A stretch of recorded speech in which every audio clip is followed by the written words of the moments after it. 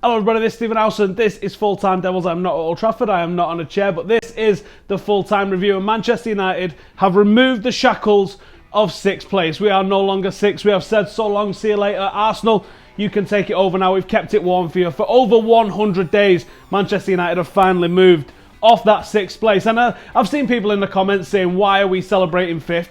Do I look like I'm celebrating? Have I got a party hat on? Is that champagne in the corner? Well, it might be, but don't worry about that just yet. Manchester United have moved into fifth place. And is that what we want? No, it's not what we want. But what we're happy with, we're not celebrating, but what we're happy with is the progress. At last, progress. So many opportunities Manchester United have had the chance to move up in the table and start putting pressure on those in the top four, and we've not done it. This weekend, we did it. We finally moved up, and not just have we moved up, we're also closing the gap on Liverpool, on Manchester City as well. Spurs, they're a little bit further ahead of us than the moment, but I think we can catch both Liverpool and Manchester City, especially with the games that are coming up between those teams, between all of those other sides. City got to play Arsenal pretty soon as well. So all of these matches that are coming in, it's playing in nicely for Manchester United if we can just put a run of form together. Now, against Middlesbrough, we saw potentially a back seven, which is not playing the way that United should. But do you know what? Sir Alex Ferguson, there was a lot of history revision with Sir Alex Ferguson, that he played 4-4-2 with flying attacking wingers every single weekend, with players that he birthed from his womb, and every single one of them was an academy product, and he didn't have a failed transfer. It wasn't really the case, was it? At times, Sir Alex Ferguson could be pragmatic. And when you look at the run of fixtures that we've had, and not just the run of fixtures, but also the travel, the cocked up travel that we've had, including not getting back from Chelsea till 4 o'clock in the morning because the transport wasn't sorted out last weekend, then you see Manchester United are doing the pragmatic things. Is it pretty? No. Is it the way that we've played for most of the season? No, it's not. So I think you have to look at the season as a whole and say that Jose Mourinho actually is playing quite attacking football with Manchester United. The last couple of games, that's not really been the case, but we are mitigating losing Zlatan Ibrahimovic without Pogba, without Herrera in the last match. So I can take it. I can take it as long as the progress is there and as long as the results are there. If we hadn't got a result and we'd have been playing seven at the back, then yeah, I think a lot of people might have had an attitude with Jose Mourinho. But speaking of Jose Mourinho, he's been speaking in the press conference and he says he would prefer to win the Europa to gain Champions League qualification. Now I'm with him. I am absolutely with him. Football clubs exist to be successful and win trophies, not about qualifying for other European competitions and all the rest of that sort of stuff. But I don't think he's saying he's prioritising Europa. I just think he says that would be his preference. It would be my preference too, to win something to gain Champions League qualification. But sometimes that's not the most realistic thing for us to do. Now I'm going to come to the comments as soon as we come back from Jose Mourinho. So you guys let me know, do you think he's prioritising the Europa League over the league with his comments yesterday? Or is this more Mourinho mind games? Let's have a look what he said in the press conference. Do I prefer finish fourth or win the Europa League? I prefer to win the Europa League, because Europa League give us the same, give us Champions League football, but give us a trophy, give us prestige, give us an European Super Cup. So I would prefer, but maybe we don't win Europa League, so we have to fight until we can to try to finish fourth, and was what we did today, without many players, but with a great answer in terms of attitude and desire from all the boys. So it's massive victory for us. If I had to say, let's see what you guys are saying in the comments below. So we've got Jonathan said that he's trying to protect his players. Now that might be a good thing that he's trying to do in that there. Sigurd says Mourinho's words on Rashford were beautiful. I agree. Marcus is a player that's learning a hell of a lot. If you look where he was 12 months ago to where he is now, whole different player. He's on that upward trajectory. Long way for him to go just yet. Sai says, how good are our chances for top four? I rate our chances for top four very good. We have got that critical period, and it has just been announced that the Manchester City away game is going to be on the 27th of April. That means in the space of about 3 weeks, we do have to go to Spurs, Arsenal, Tottenham. It's make or break time, isn't it? Big time for us, but that's what we exist to do. And if we come through that unscathed, then we have absolutely earned our spot in the Champions League. I'd love us to do that and then go and win the Europa. Cosmic 8 says third place and Europa incoming. And that's basically about it from the comments so far. So let's see what other people have got to say. And one guy in particular, it's Statman Dave. So let's see what Statman Dave's got to say in his 3-point review. Hello, I'm of course Statman Dave. If you want to check me out, jump onto YouTube and subscribe to my channel for some more analysis. But anyway, it's 3-point review time. On to number 1, was Mourinho right to play a back 3 against Middlesbrough? In fact, Mourinho didn't start with a back 3. What it looked like was a 4-4-1-1 with Juan Mata behind Marcus Rashford, Jess Lingard on the left wing and Antonio Valencia on the right wing. That was crucial for United to get their goal. They had an extra attacker in the final third, and obviously with Marouane Fellaini coming up trumps at the back post with a fantastic header, gave United a lead going into the break. What Mourinho did at half-time was, in fact, he did go back to that back 3. United switched to the 3 centre-halves, with the wing-backs being Antonio Valencia and, of course, Ashley Young.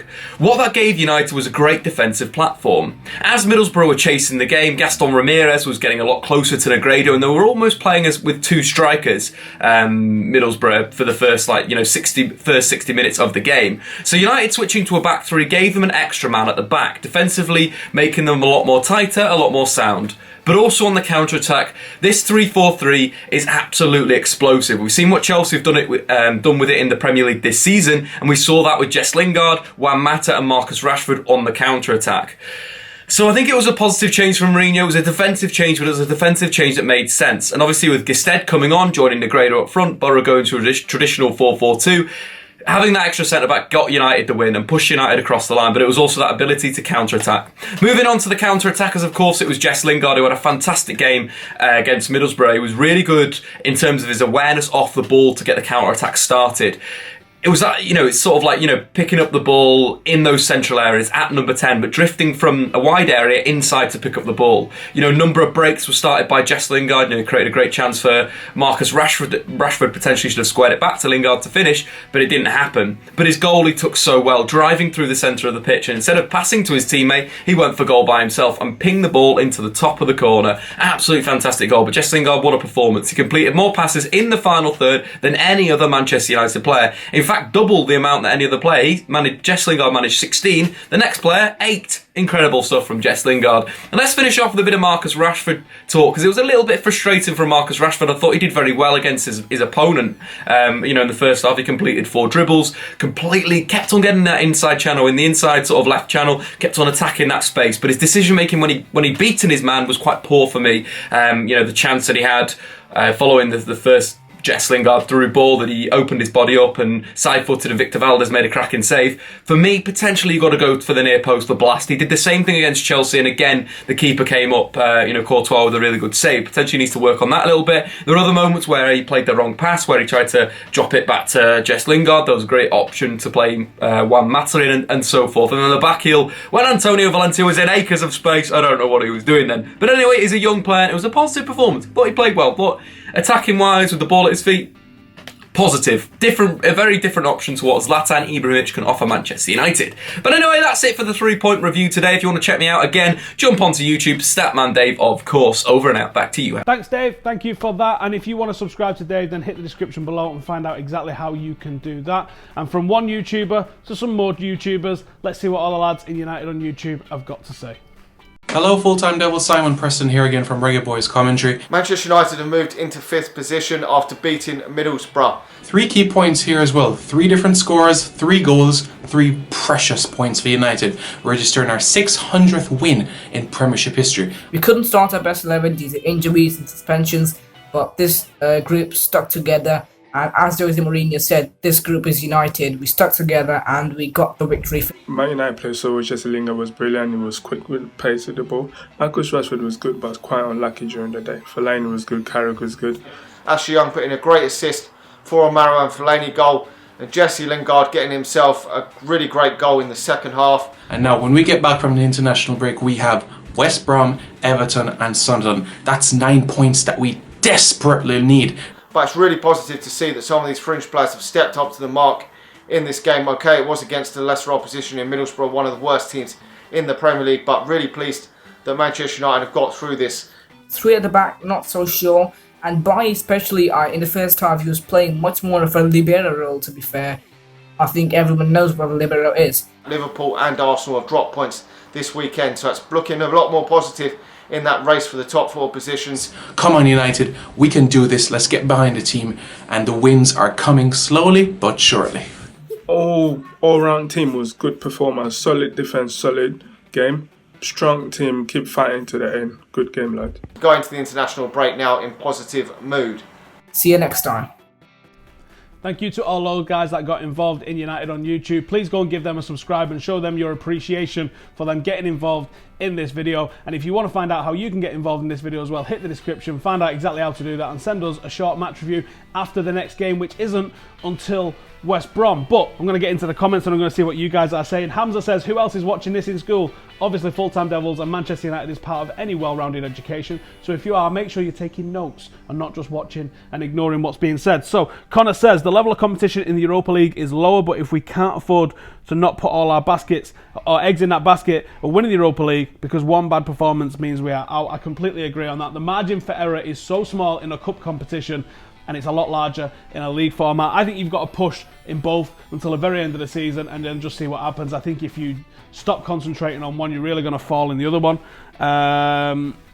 I believe people are doubting Mourinho's credentials. He's the boss, says David Thompson. Jonathan says, a trophy creates noise around the club and attracts players, leads us in the summer when we are buzzing. It's not just that, it's about the memories that you create when you win a trophy. Whether the Europa League or the League Cup are the biggest trophies in football, we all know they're not. But winning at a final is excellent, and it's better than just finding out on Sky when you're watching at home, oh, we finished fourth because the other team lost. Sweet. Doesn't really mean anything, does it? Let's see what you guys are now saying on the world of social media in the 3-word reviews. Check it out.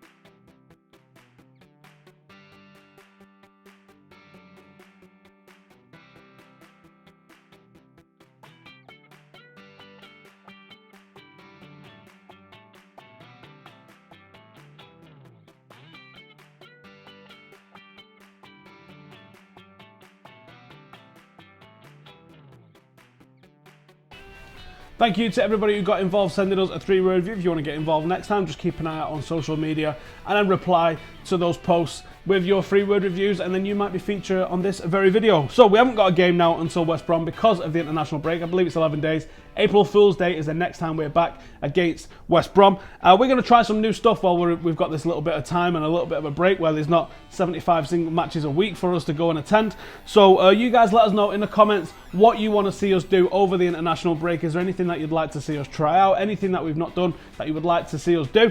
And if there's anyone that you want to see, I'm thinking like Ian, I think we should go and hammer his Twitter. I think you should say to Ian, go and get yourself on Full-Time Devils, son. Go and tweet him. He's at Ian Smith Comedy on Twitter. Go and find him, start mithering him. And that is us for this week, so make sure to subscribe if you haven't already. Drop this video a like if you're buzzing that we're back in 5th and we're on our way up to 4th or 3rd. I reckon that's where we're probably going to finish. And that's about it from me this weekend. Thank you for watching, and we'll see you next time.